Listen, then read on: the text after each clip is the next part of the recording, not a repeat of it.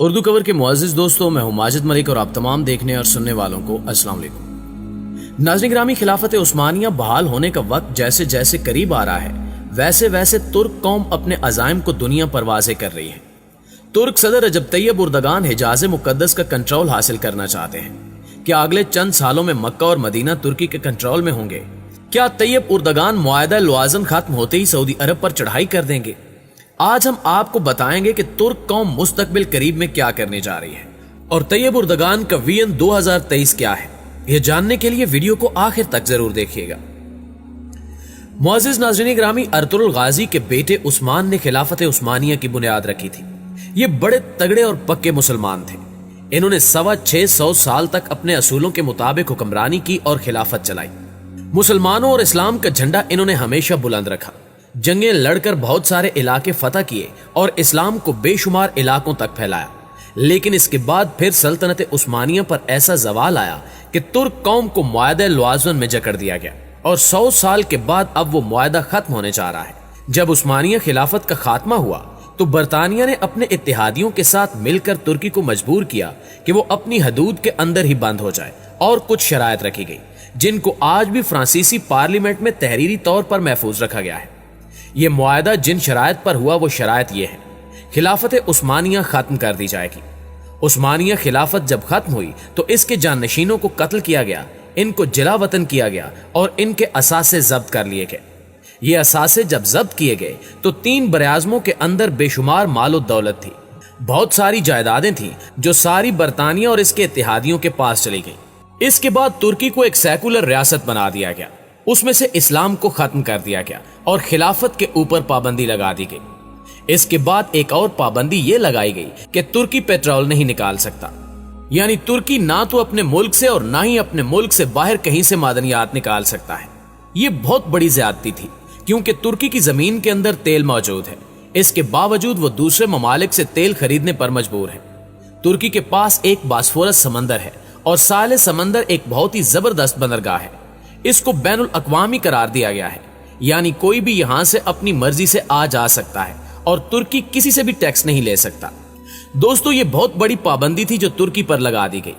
نہر سوئز کو دنیا بھر کی تجارت کی ریڑھ کی ہڈی سمجھا جاتا ہے۔ اسی طرح باسفورس تجارت کے حوالے سے دوسری سب سے اہم جگہ ہے اور آنے والے وقت میں یہ پہلے نمبر پر آ جائے گی۔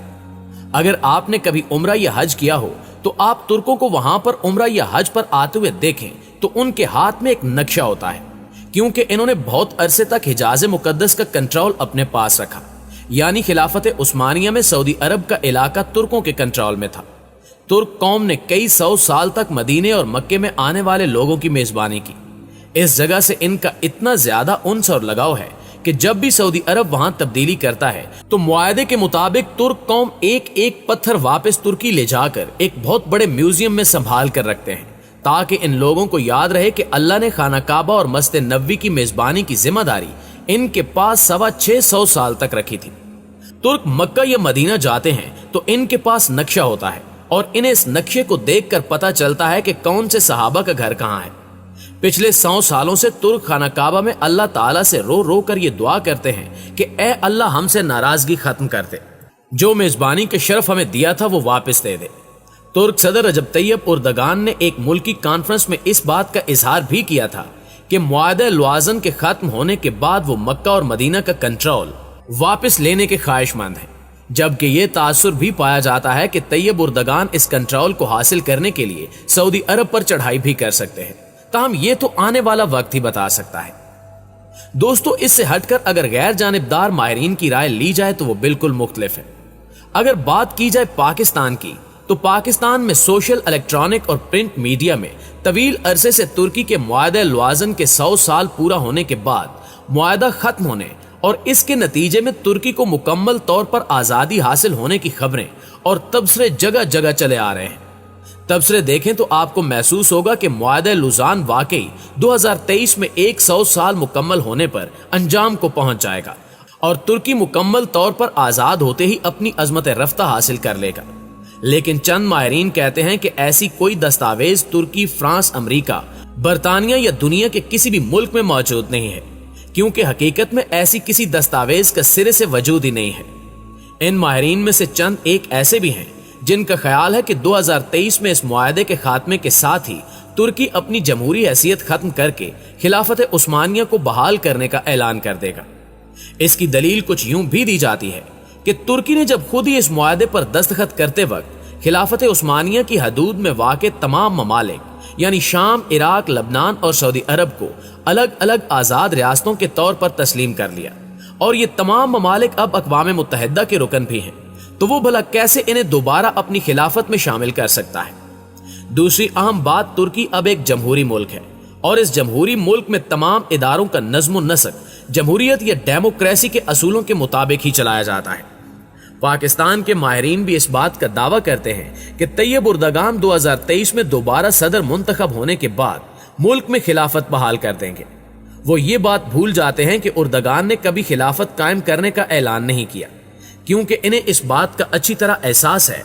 کہ وہ خود بھی جمہوری طریقے سے منتخب ہو کر آئے، اور اگر انہوں نے عوام سے خلافت قائم کرنے کا وعدہ کرتے ہوئے صدارتی انتخابات میں ووٹ لینے کی کوشش کی تو وہ کسی بھی صورت اتنے ووٹ حاصل نہیں کر سکیں گے کہ ایک بار پھر صدر منتخب ہو جائیں۔ اسی طرح پاکستانی ماہرین کا یہ دعویٰ بھی بڑا مذکر خیز ہے کہ ترکی کو اب تک معاہدہ لوزان کی روح سے اپنی سرزمین سے پٹرول یا معدنیات نکالنے کی اجازت حاصل نہیں ہے، جبکہ اس سے آزادی حاصل کرنے والے تمام عرب ممالک جن میں عراق اور سعودی عرب پیش ہیں بڑے پیمانے پر پٹرول نکال رہے ہیں۔ ان کے لیے عرض ہے کہ معاہدہ لوزان 143 شقوں پر مشتمل ہے۔ کیا انہوں نے اس لوزان امن معاہدے کی تمام شقوں کا جائزہ لیا ہے؟ ہم یقین سے کہہ سکتے ہیں ہرگز نہیں، کیونکہ ان شقوں میں ایسی کوئی شق موجود ہی نہیں ہے، اور ماہرین صرف سنی سنائی باتوں پر ہی یقین کرتے چلے آ رہے ہیں۔ ترکی اپنے قیام سے ہی اپنے قدرتی وسائل خاص طور پر تیل اور معدنیات کے حوالے سے خود مختار ہے، بلکہ جہاں تک معدنیات کی تلاش کا تعلق ہے تو ترکی دنیا میں وہ واحد ملک ہے جہاں سے بڑے پیمانے پر معدنیات جو زیادہ تر توانائی کی ضروریات پوری کرنے کے لیے استعمال کی جاتی ہیں کو دنیا کے مختلف ممالک کو برآمد کیا جا رہا ہے، اور بور معدنیات میں ترکی اس وقت 73% پیداوار کے ساتھ پہلے نمبر پر ہے، اور دنیا کی بور کی 59% ضروریات کو اکیلا ہی پورا کرتا ہے۔ اس کے علاوہ ترکی میں بڑے پیمانے پر تانبا، کوئلہ، سونا، کرومیم، میگنیشیم، مرکری، لوہا، گندھک، نمک اور دیگر معدنیات کو بھی نکالا جا رہا ہے۔ ناظرین گرامی، خلافت عثمانیہ جس نے 10 اگست 1920 میں معاہدہ سیور کی کڑی شرائط کو قبول کرتے ہوئے اپنی سرزمین کے بڑے حصے جس میں شام، عراق، تیونس، الجزائر، لیبیا اور سعودی عرب جیسے ممالک کو 3 مغربی ممالک برطانیہ، فرانس اور اٹلی کے حوالے کر دیا تھا، جس پر عوام نے نہ صرف اس معاہدے کو مسترد کر دیا بلکہ سلطان کے خلاف بغاوت کرتے ہوئے غازی مصطفیٰ کمال پاشا کی قیادت میں عوامی فوج تشکیل دی اور ملک میں جنگ نجات یا جنگ آزادی کا آغاز کر دیا۔ ملک کی آزادی کے جذبے کے ساتھ لڑی جانے والی جنگ نجات کے دوران اتحادی ممالک کو کئی ایک محاذوں جن میں مارکہ چناک بھی شامل ہے اس میں شدید عزیمت اٹھانا پڑی۔ ان فتوحات ہی کے نتیجے میں اتحادی ممالک اتاترک کے ساتھ مذاکرات کرنے پر مجبور ہوئے۔ اتاترک ایک کتاب میں لکھتے ہیں کہ معاہدہ مون روس کے بعد اتحادی ممالک نے ترکی کو 4 بار امن مذاکرات کی پیشکش کی، اور انہوں نے 3 بار ترک قوم کی خواہشات کا احترام نہ کرنے پر اسے مسترد کر دیا۔ تاہم چوتھی بار ترک قوم کی خواہشات کا احترام کرنے پر سوئٹزرلینڈ کے شہر لوزان میں امن مذاکرات میں شرکت کرنے کی حامی بھری، لیکن ابتدا میں ان مذاکرات میں ترکی کے لیے مشکلات کھڑی کیے جانے پر ان مذاکرات کا بائیکاٹ کر دیا،